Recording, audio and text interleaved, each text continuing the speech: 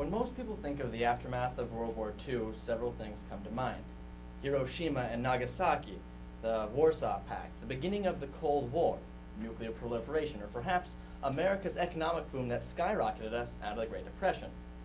What most of you probably don't think of, however, is the official beginning of the Israeli-Palestinian conflict.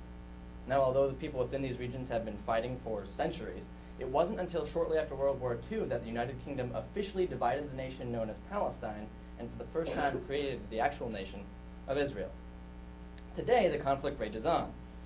However, what many of us may not be aware of is the fact that there are many human rights violations being taken on and upon both people of Israel and Palestine by both sides. This is relevant particularly to us as American tax dollars in the millions and perhaps even billions are funding the conflict every day. These human rights violations that both Israel and Palestine are guilty of affect both civilians and causing civilian death, residential harm, and finally particularly affecting the area known as the West Bank. In regards to civilian casualties, both sides are again extremely guilty. Palestine, for instance, is very guilty of using suicide bombers in urban high-density areas. The BBC said in 2007 that the goal of these suicide bombers was to injure as many people as possible and create mass fear.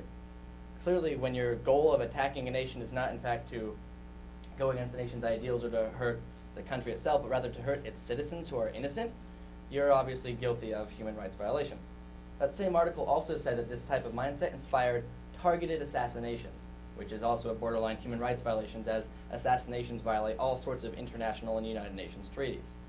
Israel, however, is also guilty of acting in what they call self-defense. The Washington Post last month reported on Israel's bombing of a United Nations school. Now, the reason they did this was because although there were many children present, a couple Palestinian terrorists had taken harbor in this school. And Israel said, well, that's okay, and bombed the school anyway, injuring and killing many young students. CNN also in August reported on the Gaza airstrikes Israel had been taking part of in response to extremely light rocket fire on the part of the Palestinian side, which is, in regards to proportionality, very, very detrimental to the Palestinian people. However, the residential areas and cities where people live are also harmed even more so than just the civilians, including the removal from their own individual homes and by endorsing terrorists.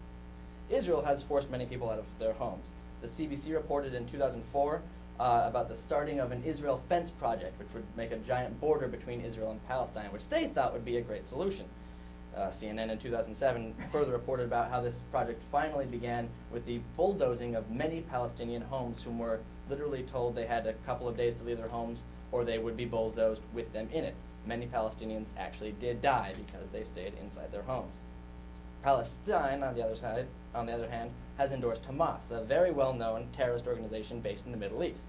Reuters in India last month reported that allying itself with Hamas has in fact made the situation worse because Hamas is guilty of many human rights violations that the Palestinian nation on its own may not be.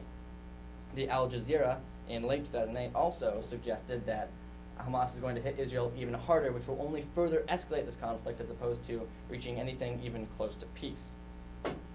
Finally, we move on to the West Bank. The West Bank is a very terrible, terrible location which has set up a lot of high-density checkpoints run by Israel to make sure that no Palestinians are getting into Israeli land and vice versa. The BBC in 2008 reported on how the everyday lives of everyone is being impacted.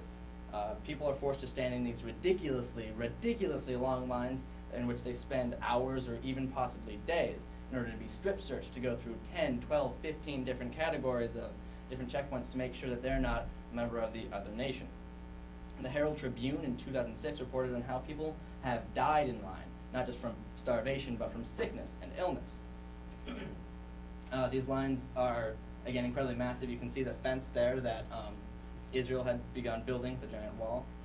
And these lines go on for hours and hours and hours and miles, and there's no getting around them. Interestingly enough, however, the West Bank has also caused many problems that might not be considered traditional human rights violations, but in the form of economic harm.